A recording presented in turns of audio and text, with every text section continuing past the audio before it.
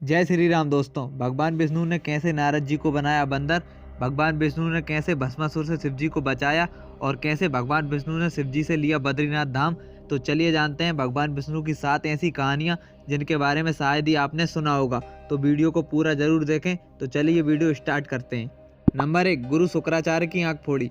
बात उस समय की जब भगवान विष्णु 52 अवतार में राजा बलि से 3 पग भूमि मांगने गए थे। तब शुक्राचार्य ने 52 अवतार में भगवान विष्णु को पहचान लिया था और भगवान विष्णु की मनसा भी भांप ली थी। जिसके बाद शुक्राचार्य ने राजा बलि को दान देने से रोकने के लिए एक चाल चली और कमंडल में जा बैठे। और जब राजा बलि जल अर्पित कर दान देने लगे तो कमंडल से जल बाहर नहीं आया। तब भगवान विष्णु समझ गए थे कि कमंडल में शुक्राचार्य बैठे हुए हैं और वह जल को बाहर नहीं आने दे रहे हैं। तब श्री हरि विष्णु ने एक तिनका कमंडल में डाला और वह तिनका सीधे गुरु शुक्राचार्य की आंख में जा लगा, जिससे उनकी आंख फूट गई और वह कमंडल से बाहर आ गए। नंबर 2, मधु और कैटब का किया संहार। दरअसल एक बार मधु और कैटब नाम के 2 राक्षसों ने संपूर्ण पृथ्वी पर हाहाकार मचा दिया। फिर मधु और कैटब अपने बल और शक्ति के घमंड में भगवान विष्णु से युद्ध करने बैकुंठ पहुंच गए। भगवान विष्णु और मधु और कैटब में 5000 सालों तक युद्ध हुआ, मगर युद्ध का कोई परिणाम नहीं निकला। तब मधु और कैटब ने भगवान विष्णु से कहा कि हे विष्णु, हम दोनों तुमसे बहुत प्रसन्न हैं, मांगो क्या वरदान मांगते हो। तब भगवान विष्णु ने कहा कि इस सृष्टि के कल्याण के लिए मैं तुम दोनों से तुम्हारी मृत्यु का मार्ग जानना चाहता हूँ। तब मधु और कैटब ने कहा कि हम दोनों केवल तुम्हारी जांघ पर ही मर सकते हैं। तब भगवान विष्णु ने अपने रूप को विराट कर अपनी जांघों में मधु और कैटब को फंसाकर उन दोनों का वध कर दिया।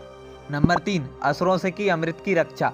बात उस समय की है जब समुद्र मंथन चल रहा था, लेकिन जब समुद्र मंथन से अमृत का कलश बाहर आया तो असुरों ने देवताओं से अमृत का कलश छीन लिया। तब देवताओं के आग्रह पर भगवान विष्णु ने मोहिनी रूप धारण कर असुरों से अमृत की रक्षा की और देवताओं को अमृत का पान कराया था। नंबर 4, भगवान शिव को भस्मासुर से बचाया। एक बार भस्मासुर नाम के एक राक्षस ने भगवान शिव की तपस्या कर उन्हें प्रसन्न कर लिया और वरदान में यह मांगा कि वह जिसके भी सिर पर अपना हाथ रखे वह भस्म हो जाए। भगवान शिव ने भस्मासुर को वरदान दे दिया। वरदान पाकर भस्मासुर अत्यंत प्रसन्न हुआ। तभी उसकी नज़र पार्वती जी पर पड़ी और वह पार्वती जी पर मोहित हो गया और भस्मासुर शिव जी को ही भस्म करने चला, लेकिन शिव जी वहां से विलुप्त हो गए और भगवान विष्णु के पास सहायता के लिए पहुंचे।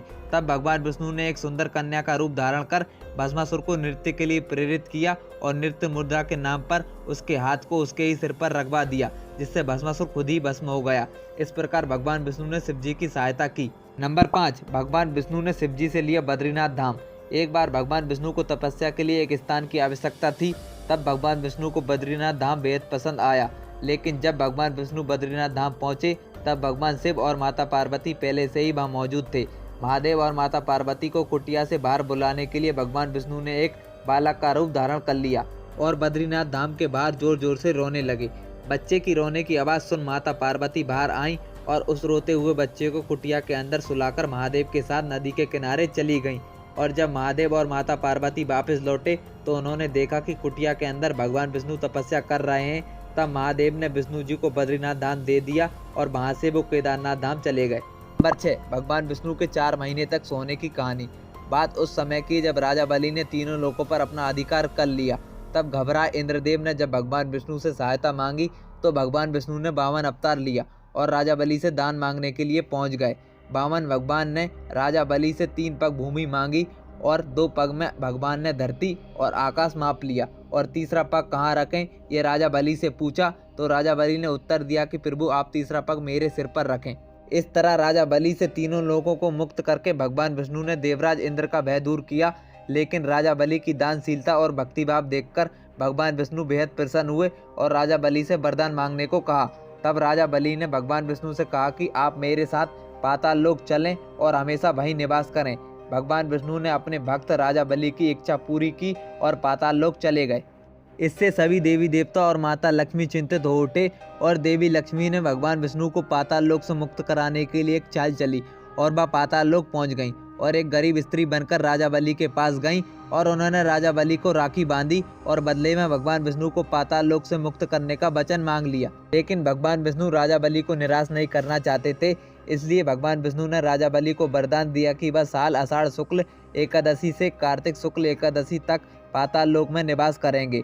इसलिए इन 4 महीनों में भगवान विष्णु योग निद्रा में रहते हैं और वामन रूप में भगवान का अंश पाताल लोक में होता है। इसलिए भगवान विष्णु 4 महीने तक सोते रहते हैं। नंबर 7, नारद जी को बनाया बंदर। भगवान विष्णु ने एक बार नारद जी को बंदर बना दिया था। इसके पीछे का कारण यह था कि नारद जी को इस बात का घमंड हो गया था कि वह सांसारिक मोह माया से ऊपर उठ चुके हैं और उनका यही घमंड तोड़ने के लिए श्री हरि विष्णु ने उन्हें वानर रूप दे दिया। एक बार नारद जी ने एक स्वयंवर में जाने से पहले भगवान विष्णु से उनके जैसा सुंदर स्वरूप मांगते हुए हरि रूप की इच्छा जताई। हरि नाम के दो अर्थ होते हैं, विष्णु और बानर। तब श्री हरि नारायण ने नारद जी को बंदर का मुख दे दिया और स्वयंवर में नारद जी का काफी अपमान हुआ। इसके बदले नारद जी ने विष्णु जी को पत्नी वियोग का श्राप दे दिया, जिसके कारण भगवान विष्णु को राम रूप में अवतरित होना पड़ा और पत्नी का वियोग झेलना पड़ा। अगर आप भी भगवान विष्णु के भक्त हैं तो कमेंट सेक्शन में जय श्री हरि विष्णु लिखना ना भूलें और वीडियो पसंद आई तो वीडियो को एक लाइक जरूर करें।